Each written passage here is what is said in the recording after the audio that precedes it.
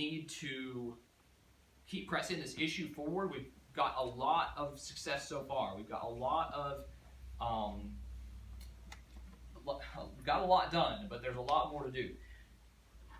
One of the things that we've had success recently was the land access agreement was scaled back. They're not going to force everybody to sign the land access agreement. This is a sort of a backdoor attack on private property, and it's not a good thing. But even if it weren't, I still don't appreciate the way that this, entity, this government entity, is treating its citizens. They need to be respectful. They need to listen to the people. Why are they not listening to the people? Well, the answer comes back to there's not representation of the people on the Spartanburg Water Commission.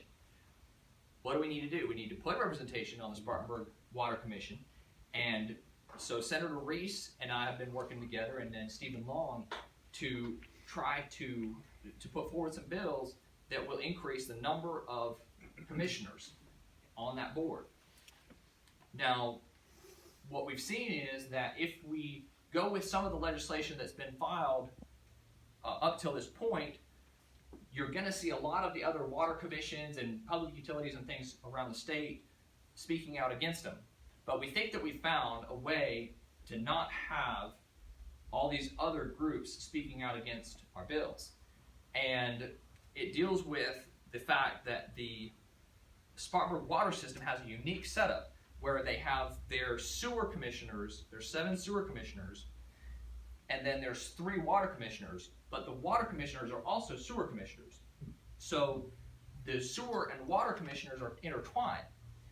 Well, that's unique. That's the only system in the state that's like that.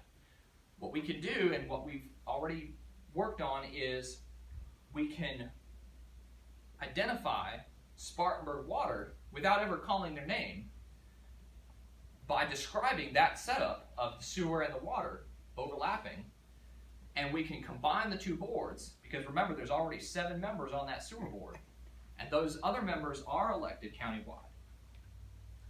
And so we combine those 2 boards, and now all of a sudden there are 7 members on the Spartanburg Water Board, and there's no problem from elsewhere in the state of people thinking they're going to be affected by this act. So I think it's a great solution, and I'm excited about pushing it in January. I think we have, I think that we've come a long way, and we're seeing negotiations continue, and we're seeing a lot of progress being made, but the bottom line is that people like you, people that have property on the waterfront, need to be represented at Spartanburg Water, because otherwise in the future we'll still have more of these problems. So I'm going to continue to push this as best as I can with my other Spartanburg delegation, and some of them at the beginning I think were a little on the fence, but I think we're seeing most of them supporting this measure now, and we're seeing people around the state come to our side too. And what I would like for all of us to do is, if you have friends or family elsewhere in South Carolina, talk to them and ask them to contact their representatives, because they need to be aware of what's going on.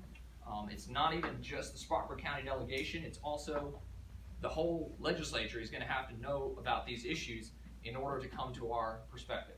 So keep doing what you're doing. The activism that the Lakefront Properties Association has been doing has been effective. It's been working, and they've done an incredible job. I'm so proud of all of y'all that have helped with that. But keep up the pressure, keep up the good work. Be respectful when you contact these legislators or when you talk to people about these issues, but don't back down. Your position is right, and you need to be a voice for yourself and your neighbors. If you don't do it, nobody else is going to do it. So